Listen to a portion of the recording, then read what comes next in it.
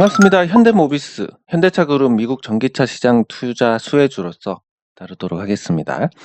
아직 현대모비스가 만족할 만한 가격은 오지 않았는데 개인적으로는 한 25만 원 정도면 괜찮지 않을까 생각을 하고 있습니다.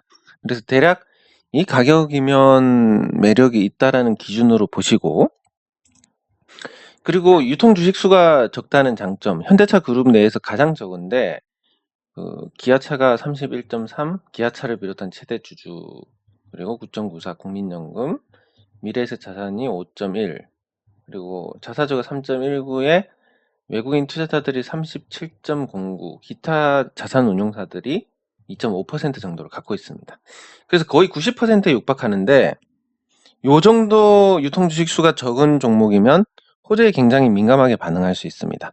거래량이 많지 않고 유동성이 증가할수록 그 수혜가 뚜렷해지기 때문에 주가 반응이. 네, 그래서 현대차 그룹 내에서 현대모비스가 이미 주가가 올라간 현대차나 기아차에 비해서 저평가되어 있고, 또 현대모비스의 어떤 매력, 장점, 미래 성장에 대한 어떤 투자라든지 이런 부분에서 현대차나 기아차보다 나은 부분이 굉장히 큽니다. 그래서 요 수혜를 중심으로 현대모비스를 다뤄보고, 그리고 현대모비스의 전략, 사내 하청 전략이라는 게 있는데 거기에 수혜를 또 보는 종목들도 같이 살펴보도록 하겠습니다. 현대모비스의 투자 포인트는 도심항공, 전기차, 수소차입니다. 근데 이 목적지가 분명한 운전, 요거는 이제 수소차가 될 것이고, 법령으로 하는 건 전기차가 대체할 것이고, 그리고 도심항공은 모르겠습니다. 이게 가능할지 안 할지 모르겠는데, 가능하다면 사실 인프라 구축이 필요가 없으니까, 자동차가 다니려면 도로가 있어야 되는데 도심항공은 도로 없이 그냥 날아다니면 되니까, 사실 사회 인프라 측면에서는 굉장히 세제 혜택을 많이 줘도 되는 그런 분야인데, 이게 과연 단실 내에 가능할지에 대해서, 왜냐하면 이제 거의 2톤이나 되는 자동차를 띄워야 되는데, 그러려면 에너지가 많이 쓰이고, 그 에너지가 많이 쓰인다는 것은 비교를 하자면 연비가 꽝이라는 얘기인데, 이 도심항공이 가능할지에 대해서는 좀 회의적인 시각은 있습니다. 어쨌든 이건 미래 산업이고 이건 당장 눈앞에 온 거니까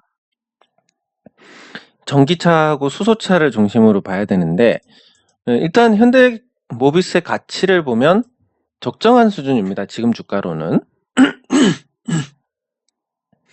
올해 실적이 개선이 될 것이고 앞으로 더 개선이 될 것이고, 그래서 앞으로 개선이 될 것이라는 부분을 제외한 현재 가치로는 현 주가가 적정하다. 적정한 게 한 30만 원 정도 보면 됩니다. 적정한 수준인데, 여기서 앞으로 성장할 부분들이 어느 정도 확실해지면, 이렇게 되면 주가가 먼저 또 반영을 할 수 있습니다. 그래서 이때 그런 부분들이 반영이 됐고, 반영이 된 이후에 뭔가 뚜렷한 어떤 자극이 없고 성과가 없다 보니까 떨어지는 이런 수순을 밟았는데, 현대모비스가 어느 정도 성과를 내게 된다면 또 분위기가 달라질 수 있습니다. 그래서 일단 1분기 실적은 상당히 나빴고, 예상보다는 물론 작년 1분기하고 비교해서는 굉장히 개선된 수치긴 하지만, 근데 그 작년 1분기는 코로나 영향도 받았기 때문에 그 3분기, 4분기하고 비교해서 1분기는 다소 부진했다, 이렇게 볼 수 있습니다. 그러니까 성과가 따르지 않으니까 주가가 기대감에 의해서 올랐다가 빠지고 있는데, 그럼 앞으로 그런 부분에서 다시 기대감을 자극할 만한 요인이나 아니면 성과가 따라온다면 주가가 올라갈 가능성이 크다. 둘 다 지금 갖추고 있으니까 투자 매력이 있는데, 뭐든 싸게 사는 게 좋으니까 25만 원 정도를 기준으로 해서 대응을 하면 좋을 것 같습니다. 네, 그러면 이 전동화 수혜 관점에서 본다면 지금 현재 현대모비스의 울산 배터리 공장은 25만 대 생산을 할 수 있습니다. 연간. 아니, 배터리를 왜 현대모비스가 생산을 하냐? 이게 이제 납품을 받아가지고 배터리 팩으로 스펙으로 만드는 공정을 하고 있습니다. 예, 그래서 실질적으로 부가가치가 그렇게 크지는 않은데 다만 매출을 늘리는 데는 아주 좋고, 이게 향후 250만 대 규모로 확장을 해서 현대차에 100만 대는 납품을 하겠다. 나머지 150만 대는 다른 메이커에 납품을 하겠다라는 겁니다. 예, 그러니까 현대차, 기아차에만 의존하는 게 아니라 앞으로 전기차 부품으로서 지금의 보쉬와 같은 자동차 부품 회사로 도약을 하겠다는 그런 목표를 가지고 있다. 물론 목표가 반드시 이루어지는 건 아니지만 국내 최고의 인재들이 모인 이 대기업에서 이런 로드맵을 갖고 움직인다는 것은 일반적인 경우보다는 목표 달성의 확률이 조금 높다고 봐야 될 것 같습니다. 예, 그래서 이런 전동화 수혜를 기반으로 현대차 의존도 낮추기를 하고 있는데 매출 의존이 현재 90% 정도입니다. 그래서 향후 60%까지 축소를 하는 걸 목표로 하고 있고, 이게 잘 될지 안 될지는 모르겠습니다. 왜냐하면 한 10년 전에도 제 기억에 현대차 의존을 낮출 것이다, 현대모비스가. 예, 그런 목표가 있었는데 현재까지도 크게 변한 게 없기 때문에 이게 앞으로 가능할지는 모르겠지만 적어도 전기차 관련 매출이 늘어나면 현재 전기차 부품으로서는 제대로 된 업체가 LG전자 마그나하고 곧 출범할 현대모비스하고 이 두 업체밖에 없다라고 봅니다. 그래서 LG전자 마그나하고 현대모비스 이 두 개를 놓고 봤을 때 아무래도 고정 수요가 있는 현대모비스가 다소 낫지 않겠냐 하는 것과 10년 정도 계속 준비를 해왔던 LG전자하고 마그나의 네트워크가 만나는 게 더 강력하지 않겠냐, 이렇게 구분할 수 있는데 저는 일단 LG전자 마그나가 조금 더 낫다고 봅니다. 하지만 여기에 우리가 투자를 할 수 없기 때문에 100% 지분을 갖고 있으니까 LG전자가 51, 마그나가 49를 갖고 있으니까 투자를 못합니다. 그렇다고 LG전자에 투자하기에는 LG전자가 반영하는 다른 볼륨들이 너무 크니까 그것도 뭐 효과가 떨어지고, 그래서 차선책으로 현대모비스가 낫지 않겠냐. 뭐 물론 둘 다 좋은데 LG전자 마그나가 조금 더 좋다는 거고, 현대모비스는 차선책이긴 하지만 투자 매력 측면에서는 뭐 버금가는 정도니까 꽝 대신 알은 아니고 꽝 대신 뭐랄까, 뭐 닭 대신 알, 닭 대신 닭, 뭐 그 정도? 예, 마땅히 떠오르지가 않는데 어쨌든 매출 의존도를 조금 낮추고 이렇게까지만 되면 굉장히 매력은 있을 겁니다. 그리고 자율주행이나 전기차 부품에 투자를 하고 스타트업 분야에도 육성을 하고 있는데 사실 이 모든 게 돈이 있어야 되고, 돈이 없는 상태로 하려면 주식시장에 약간 뻥을 쳐가지고 자금을 모집을 해서 해먹어야 되고, 그 예전에 그 바이오주들이 많이 그렇게 했었고, 근데 지금 이제 돈이 있는 업체들이 등장을 하니까 다소 실체가 있을 거고, 주가 반응이란 게 테마를 타는 경우를 생각하면 뭐 괜찮겠지만 타지 않더라도 꾸준히 상승할 수 있는 그런 어떤 아이템이다, 이렇게 정리를 할 수 있습니다. 그래서 현대모비스가 이걸 왜 이렇게 돼 있지? 현대모비스가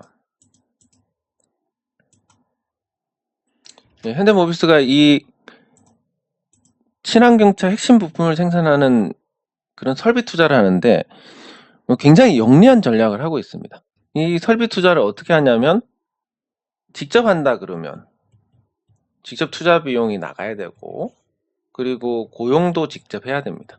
그러면 높은 인건비로 인해서 가격 경쟁력이 떨어지게 됩니다. 현대차 그룹에 입사를 했는데 연봉을 최저임금을 줄 수는 없으니까.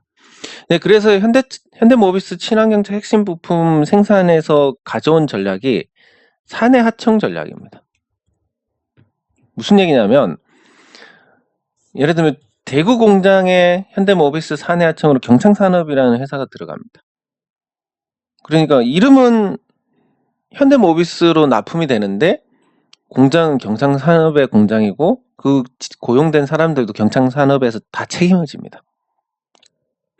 그러니까 현대모비스는 중소기업에 인건비를 주고, 그리고 모든 문제의 책임을 이 사내 하청 업체로 돌리면서 중간에 마진만 따먹는, 어떻게 보면 가장 쉽게 돈을 버는 이런 방식으로 가는데, 물론 이게 노동자의 관점, 그리고 어떤 산업의 관점에서 보면 좋은 형태는 아니지만 주식 투자자들 입장에서 봤을 때 돈을 쉽게 번다라는 것만큼 매력적인 게 없습니다. 그래서 요것도 장점으로 볼 수 있는데 충주에 가보면 이제 현대모비스 충주 공장에 수소차 부품, 연료전지, 구동 모터 이런 걸 생산을 하고 그리고 울산에서는 배터리 관리 시스템 그리고 모듈, 배터리 팩 이거를 하고 있습니다. 배터리 팩의 매출이 굉장히 규모가 클 겁니다.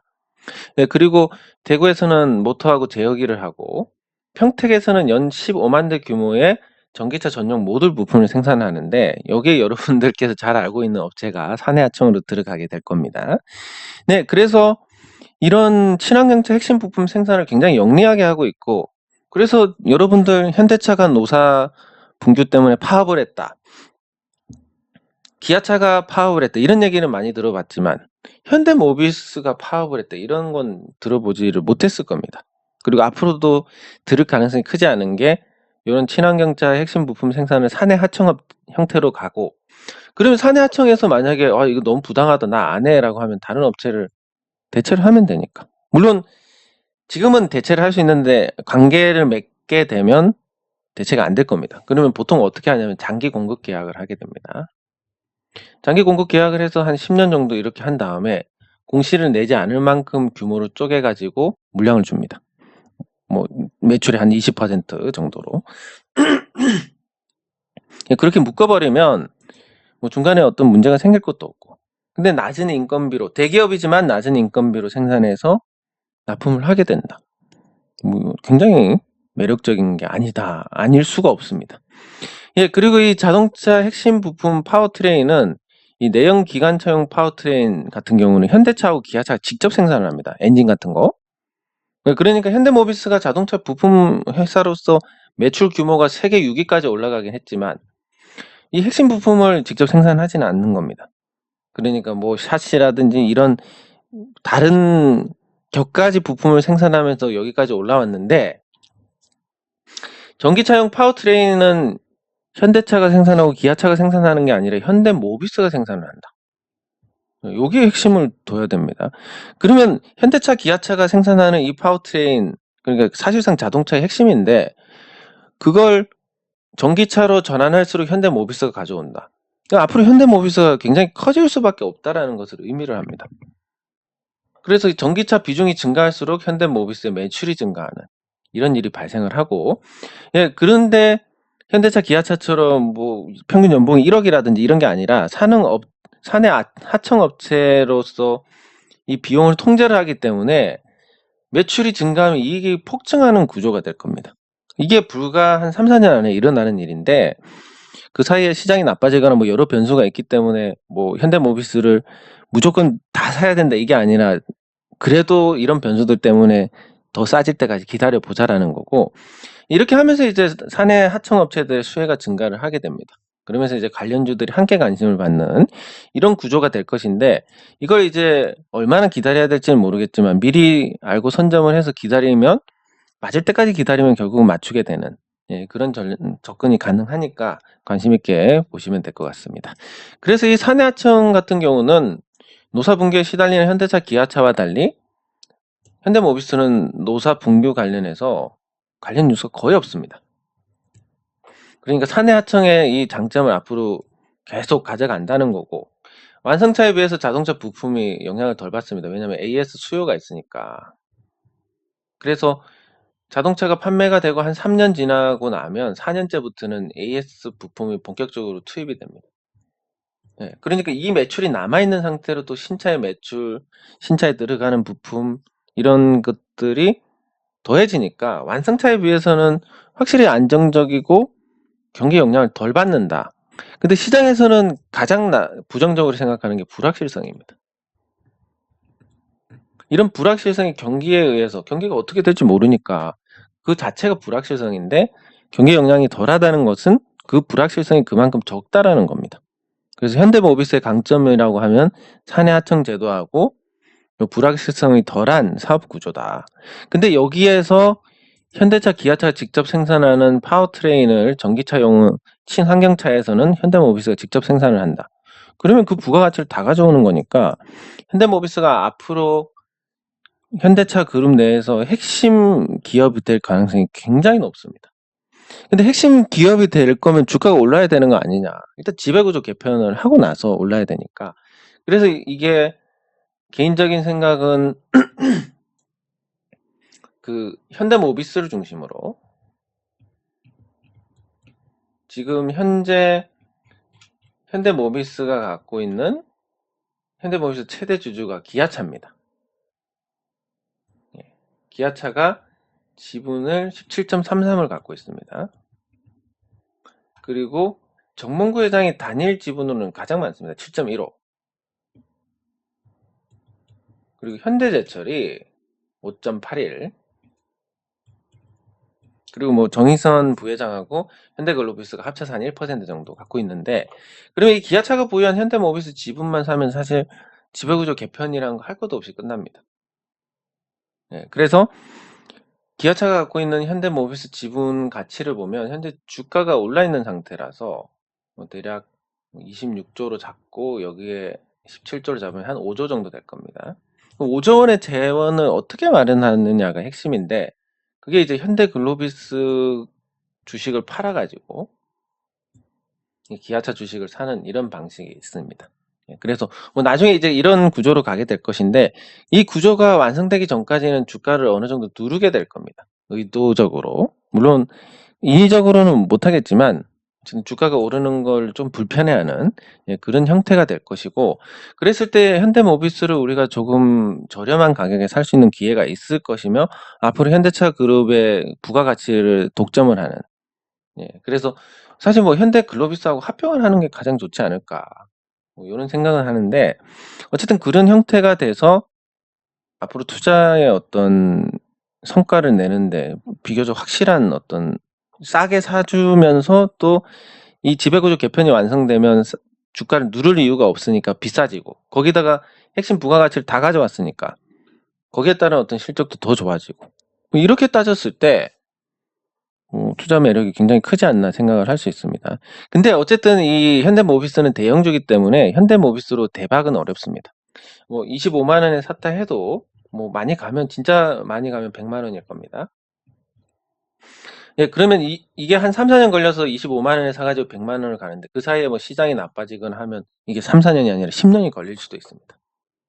그러면 그냥 사고 팔고 할 거, 이런 후회를 하게 되는데, 중소형주들은 반응이 좀 화끈하니까 투자 관점에서 사내하청 업체들을 공략하면 좀 괜찮을 것 같은 게, 예전에 삼성그룹도 그랬습니다. 그 OLED 사업을 하면서 OLED 진출을 할 때 관련 장비업체, 부품업체들을 안고 갔었습니다. 근데 그때 제가 투자 포인트로 잡은 게 HB테크놀로지인데, 회사가 그렇게 좋지는 않았습니다. 좋지는 않은데 이 회사가 망하면 삼성 OLED 검사 장비를 생산하는 업체가 없게 됩니다. 하나 있었는데, 이스라엘 업체가 있었는데 그 기술 빼돌리다 걸려가지고 퇴출이 됐고, 그래서 HB테크놀로지를 데려가야 되는데 뭔가 얘가 부실한 겁니다.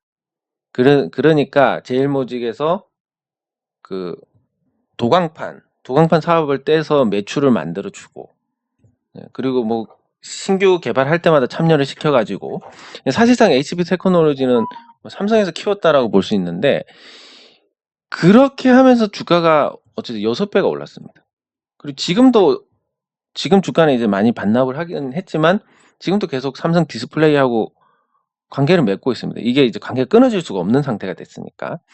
마찬가지로 현대모비스 같은 경우도 지금 사내 하청 업체를 고른다, 물론 바꿀 수 있습니다. 지금은. 근데 어느 정도 한 2년, 3년 매출이 붙어버리면 어떻게 됩니까? 바꿀 수가 없습니다. 그럼 계속 같이 가야 됩니다.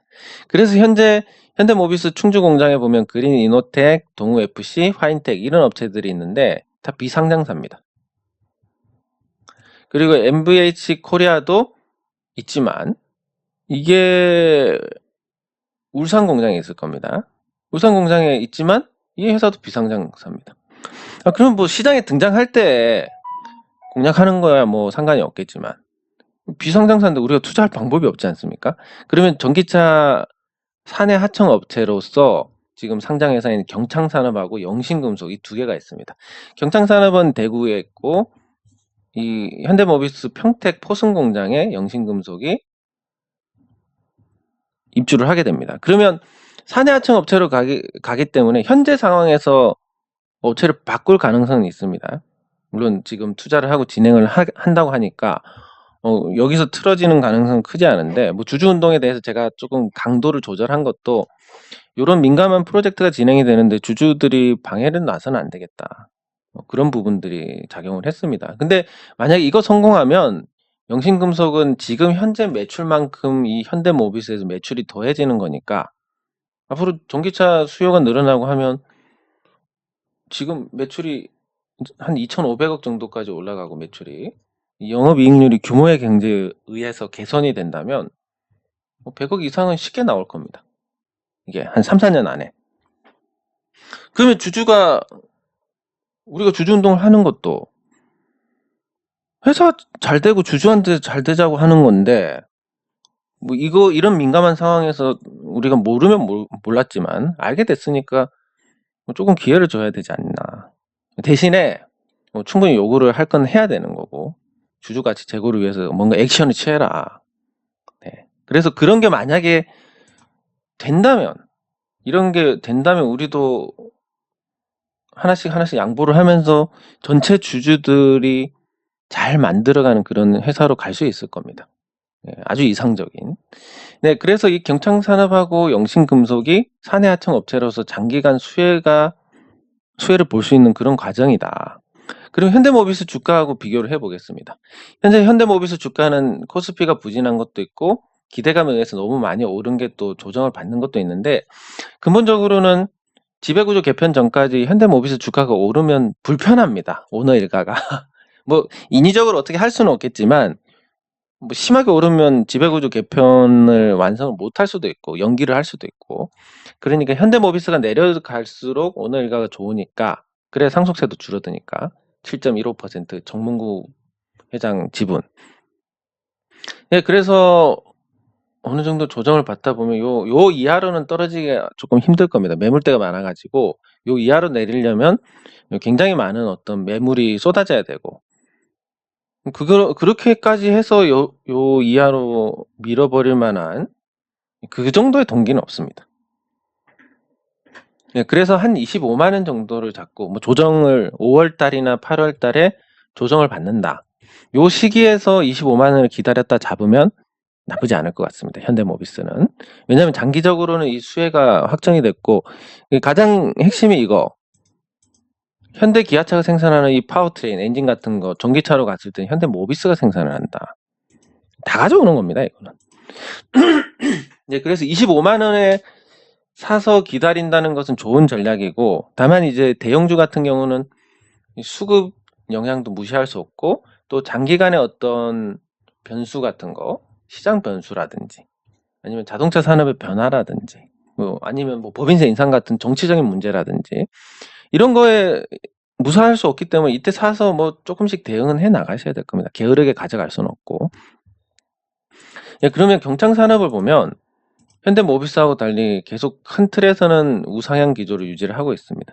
지금 이제 좀 주춤한 상황이긴 한데, 그럼 경창산업이 현재 상태가 어떤지를 보면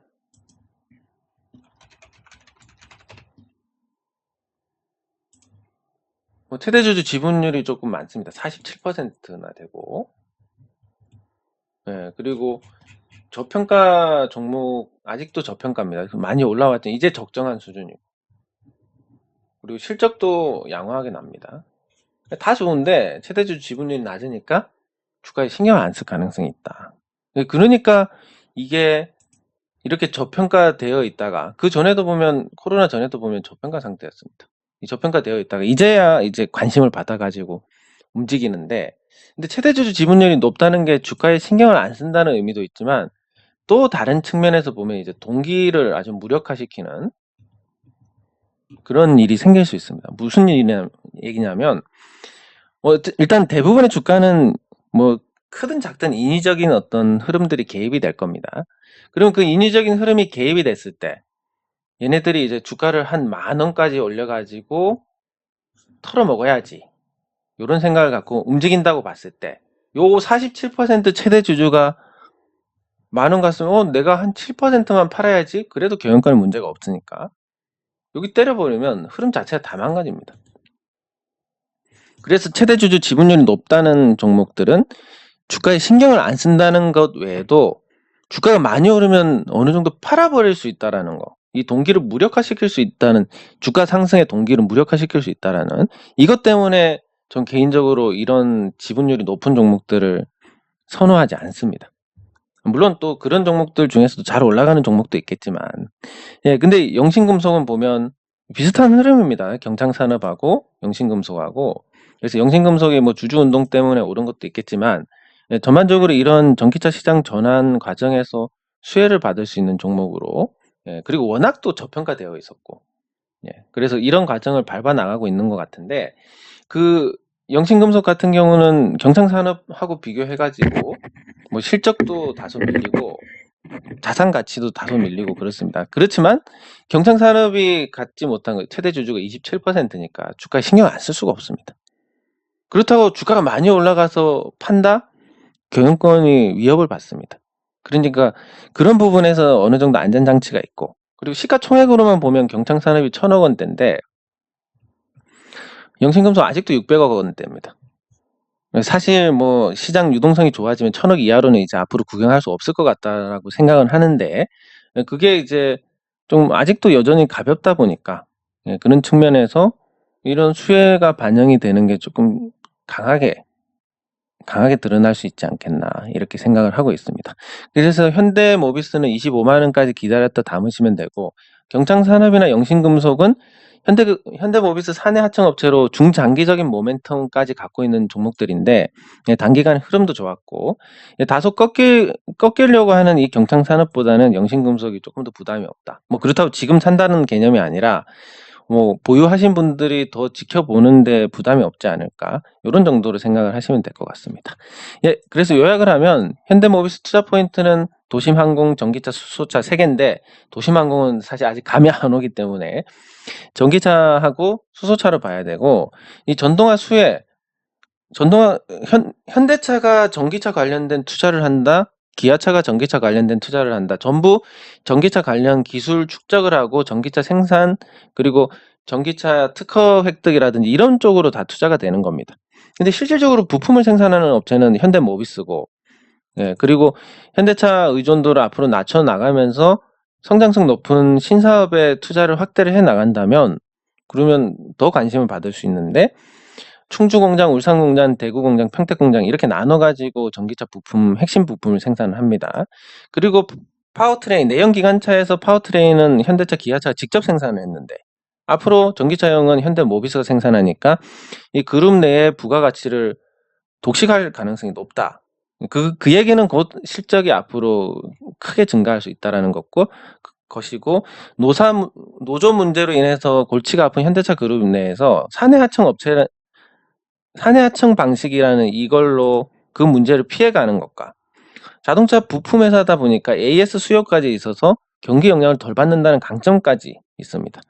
여기에 가격까지 싸면 진짜 핵심인데, 그렇게 해서 현대모비스 주가가 25만 원 정도로 떨어지면, 그 이하로 떨어지면 가격 부담이 없으니까 매수를 해서 기다리는 관점에 접근은 괜찮을 것 같고, 그리고 사내 하청 업체들 중에서 상장사인 경창산업과 영신금속 각각 뭐 관련 재료로 올랐다고 볼 수도 있는데, 어쨌든 비슷한 형태의 흐름을 보이고 있고, 이 회사들의 시가총액이 각각 1,000억 원대, 600억 원대로 뭐 상승 여력이 추가로 있을 만한 그런 상태니까, 사내 하청 업체들의 장기 성장을 보고 또 투자를 하는 것도 나쁘지 않다. 이렇게 정리를 할 수 있겠습니다. 현대모비스, 현대차그룹 전기차 시장 투자 수혜주로서 다뤄봤습니다. 이번 영상은 여기서 마치도록 하겠습니다. 수고하셨습니다.